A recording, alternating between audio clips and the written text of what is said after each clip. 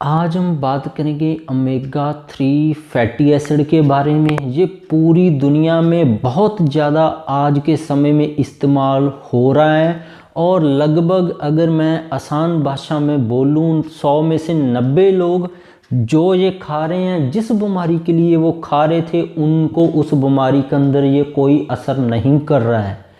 आप भी अगर ओमेगा 3 किसी ने लिया हो या आप ले रहे हो सकता है आप भी 100 में से 90 उन लोगों में आए जिन्होंने कहीं से सुना था ये ऐसे कर देता है, ठीक कर देता है, ये बिल्कुल ओके बना देता है बॉडी को। ऐसा कुछ भी नहीं हुआ है उनके साथ। ना ही उनकी हार्ट की ब्लॉकेज कम हुई है, ना ही उनकी इम्यूनिटी बढ़ी है, ना ही उनको कोई और हेल्थ से रिलेटेड बेनिफिट हुआ है। उन्होंने 2-3 महीने खा लिया फिर वो उसको छोड़ देते हैं क्योंकि उनको फ़ायदा ही नहीं मिला। तो आप सभी का स्वागत है साइंटिफिक बेस्ड होम्योपैथी चैनल पर। तो इस चैनल पर हम साइंस को बिल्कुल हिंदी भाषा में करके आपको बताते हैं और जो हम इन्फॉर्मेशन लेकर आते हैं वर्ल्ड लेवल की जो रिसोर्सेस हैं, रिसर्च हैं और जो वर्ल्ड लेवल की बुक्स हैं वहाँ से आपके लिए लेकर आते हैं। तो जो लोग नए आज हमारे साथ जुड़ रहे हैं वो नीचे रेड कलर का बटन दिख रहा होगा, उसको दबाकर चैनल को सब्सक्राइब कर लें। साथ में जो बेल का बटन है उसको दबाकर नोटिफिकेशन ऑन कर लें। तो आज मैं आपके सभी उन क्वेश्चन का उत्तर दूंगा कि आपने सुना था कि शुगर के लिए अच्छा होता है, शरीर की इम्यूनिटी के लिए अच्छा होता है और ये हेल्थ को बढ़िया बनाता है, कोलेस्ट्रॉल के लिए अच्छा होता है, हार्ट की ब्लॉक के लिए अच्छा होता है। तो मैंने तो 3 महीने हो गए खाते हुए, मुझे असर क्यों नहीं हुआ?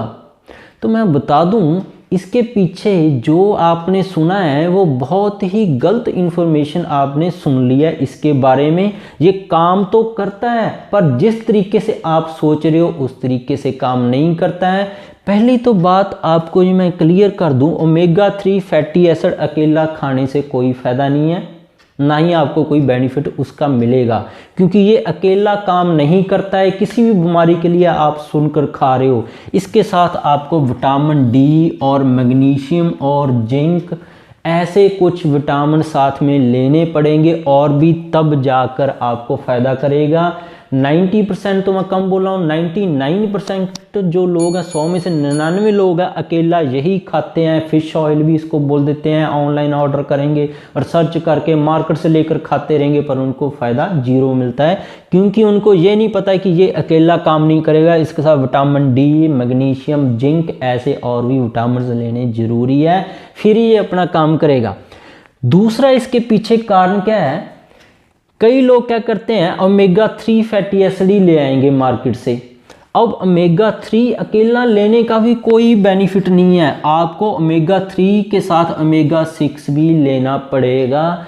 अब क्या होता है आपको ये नहीं पता है कि ओमेगा 3 और ओमेगा 6 है कितनी रेशो में लेना है। ओमेगा 3 अगर आप इतना ले रहे हो तो ओमेगा 6 है इससे दुगना लेना है, तभी ये आपकी बॉडी को असर करेगा। तो ज़्यादातर लोगों को ये जानकारी नहीं है, वो ओमेगा 3 ही लेते रह जाते हैं, इसलिए ये खास फ़ायदा नहीं करता है। तो 1:2 करके इसको खाना है, ओमेगा 6 भी इसके साथ चाहिए। अब कईयों को क्या होता है कि कई लोग वेजन होते हैं, शाकाहारी होते हैं, वो मांसाहारी नहीं होते हैं, तो उनके लिए क्या ऑप्शन है, वो ओमेगा 3 कहाँ से लेकर आए? क्योंकि उन्होंने तो यही सुना है कि ओमेगा 3 तो मछली के तेल में होता है बस, तो इसके लिए उनको मांसाहारी बनना पड़ेगा। ऐसा नहीं है, हमारे शरीर में 4 तरह के ओमेगा 3 की ज़रूरत पड़ती है।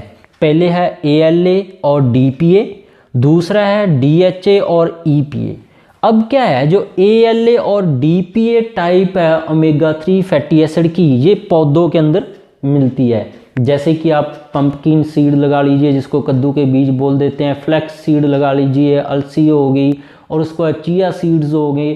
तो ऐसे शाकाहारी भोजन के अंदर भी ओमेगा 3 फैटी एसिड मौजूद है, तो ओमेगा 3 फैटी एसिड वहाँ से ले सकते हो।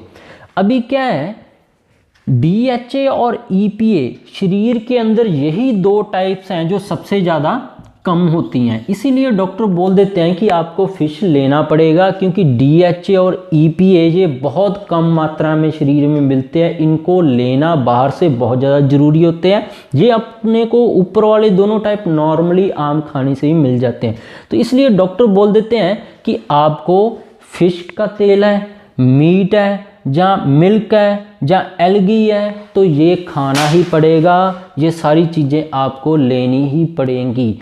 पर ऐसा नहीं है क्योंकि ये दोनों टाइप्स हैं DHA है खास करके, ये मोस्ट इम्पॉर्टेंट है बॉडी में।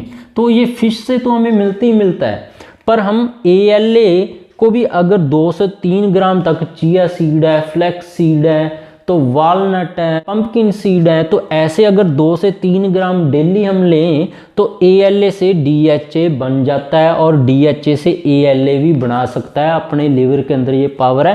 तो 203 ग्राम है। जो लोग मांसाहारी नहीं है, वो मछली का तेल नहीं लेना चाहते हैं, मीट नहीं खाना चाहते हैं, तो पंपकिन सीड है वो खा सकते हैं, चिया सीड खा सकते हैं, फ्लैक्स सीड खा सकते हैं। तो उनके अंदर ALA होता है, तो ALA से DHA है लिवर अपने आप ही बना लेगा। तो मांसाहारियों के लिए ये ऑप्शन है, उनके लिए ये सीधा डायरेक्ट उनको मिल जाएगा।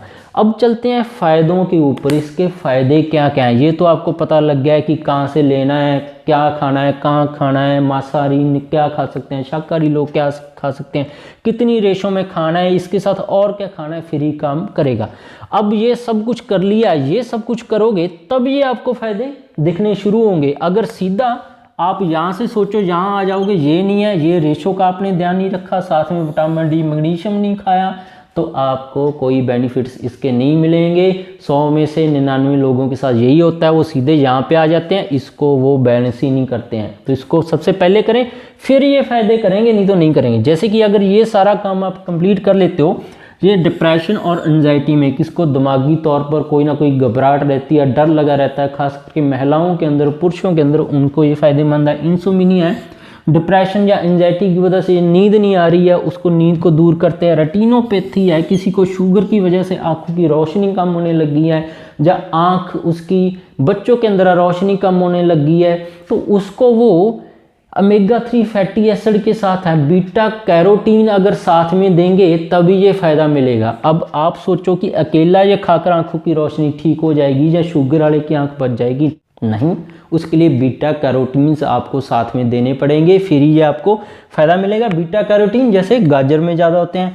इम्यूनिटी को जो बूस्ट करता है, ये इम्यूनिटी बूस्टर है। विटामिन डी के साथ अगर आप इसको लेंगे तो आपकी इम्यूनिटी काफ़ी स्ट्रांग हो जाएगी। चाहे कैंसर के इलाज के बाद आपकी इम्यूनिटी वीक हुई है या कोई और इलाज चलने के बाद आपकी इम्यूनिटी वीक हुई है, उसको ठीक करने में मदद करता है। ब्रेन है, ब्रेन के आपके दिमाग के अंदर अल्जाइमर हो गई थी, पार्किंसन हो गई थी, भूलने की बीमारी है, तो ऐसी कई बीमारियों को ये कवर करने में मदद करता है, ठीक नहीं करता है, ये आपको समझ लेना चाहिए।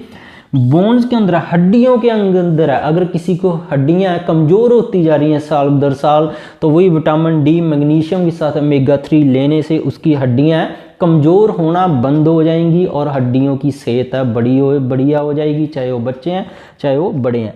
हार्ट ब्लॉकेज है, अब कई लोग इसको ये सोचते हैं कि ये हार्ट ब्लॉकेज को रोक देता है, बिल्कुल, पर ये हार्ट ब्लॉकेज को अगर पहले से हो चुकी है उसको ये ठीक नहीं करता है। जो नहीं होने वाली है उसको कुछ हद तक रोक देता है, ना कि उसको भी बिल्कुल बंद करता है। दोनों चीज़ों में आपको फ़र्क समझना जरूरी है। अगर किसी की ब्लॉकेज पहले हो चुकी है, वो अपना इलाज नहीं ले रहा है, उसने टेस्ट करवाया है और सीधा के ओमेगा 3 फैटी एसिड खाने लग गया है, तो उसकी जान खतरे में है, ऐसे नहीं करना है। जो पहले से हुई है उसको ये ज़्यादा फायदा नहीं करता, जो नहीं होने वाली है उसको ये कुछ हद तक रोक देता है। क्योंकि जब भी हार्ट के अंदर ब्लॉकेज होती है तो हार्ट की नाड़ियों में कोलेस्ट्रॉल जाता है और कोलेस्ट्रॉल वहाँ पे जलकर चिपक जाता है नाड़ी के साथ, जिसकी वजह से नाड़ी है वो बंद हो जाती है। तो ये कोलेस्ट्रॉल को जलने से रोकता है। पर अगर आपके ब्लड में कोलेस्ट्रॉल ही इतना ज़्यादा है तो कितने कोलेस्ट्रॉल को जो रोकेगा? तो अपने कोलेस्ट्रॉल का भी अलग से इलाज अपना करवाते रहना चाहिए, सीधा इसी के ऊपर ही नहीं आना चाहिए। हाँ, जो पुरानी हार्ट की ब्लॉकेज हो रखी है उसको ये परमानेंट होने से बचाता है। परमानेंट कैसे? कि जैसे कि कोई भी खून की नाड़ी है उसके अंदर अगर ब्लॉकेज हो जाए, अगर वो रबड़ की तरह फ्लेक्सिबल होगी तब वो ब्लॉकेज इतनी खतरनाक नहीं होती है। पर ये फ्लेक्सिबिलिटी चली कब जाती है उस नस के अंदर? जब उसके अंदर कैल्शियम घुस जाता है ब्लॉकेज के अंदर। जब कैल्शियम घुस गया तो वो एक तरह का बांध लग जाता है सीमेंट का, वो फ्लेक्सिबिलिटी नहीं रहती।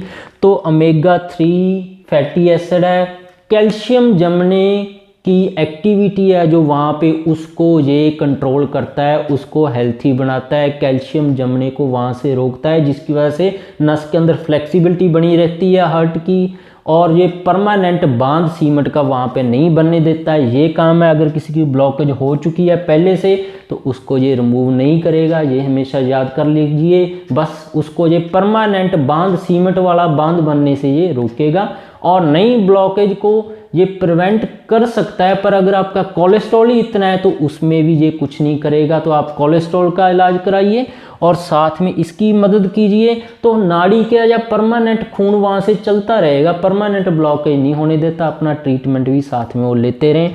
तो जो प्लांट बेस्ड शाकाहारी हैं वो 2 से 3 ग्राम है, जो किसी भी, चाहे वो फ्लैक्स सीड है, चाहे वो चिया सीड्स है, चाहे पंपकिन सीड है, उनको लेकर इसकी पूर्ति कर सकता है। पर विटामिन डी मैग्नीशियम साथ में लेना जरूरी है, नहीं तो कोई फ़ायदा नहीं है। होप आपको ऐसी साइंस बेस्ड इंफॉर्मेशन जो हम आपके लिए लेकर आते हैं, हिंदी भाषा में आपको समझाते हैं, आपको समझ आती होगी। इसके बिना भी अगर कोई आप वीडियो देखना चाहते हो या इसमें कोई समझ में नहीं आया तो नीचे कमेंट करके मेरे से पूछ सकते हो। आप मेरे चैनल पर जाकर और भी बीमारियों के लिए अपनी जानकारी, या ऐसे प्लांट्स हैं या विटामिन्स हैं उनके बारे में जानकारी अपनी बढ़ा सकते हैं। कैंसर के ऊपर मेरी वीडियोज़ हैं, पेट की बीमारियों के ऊपर, एलर्जी के ऊपर, लिवर के ऊपर, गठिया के ऊपर, जोड़ों की बीमारियाँ हैं, चमड़ी की बीमारियाँ, अल्जाइमर, पार्किंसन है, तो सभी तरह की बीमारी के ऊपर मेरी वीडियोज़ है। आप अपनी मेरे चैनल पर जाकर जानकारी बढ़ाएं। अगर कोई क्वेश्चन है तो नीचे कमेंट करके पूछ सकते हैं। तो जिन लोगों ने अब तक चैनल को सब्सक्राइब नहीं किया है वो रेड कलर का बटन दबाकर चैनल को सब्सक्राइब कर लें, साथ में बेल का आइकन दबाकर नोटिफिकेशन ऑन कर लें, क्योंकि हम इस चैनल पर वही बताते हैं जो असलियत में होता है, जो साइंस बोलती है। जो नहीं बोलती साइंस उसको हम इस चैनल पर नहीं लेकर आते हैं, या जिसके ऊपर कोई फैक्ट नहीं होते हमारे पास उसकी बात हम नहीं करते हैं। तो वीडियो देखने के लिए थैंक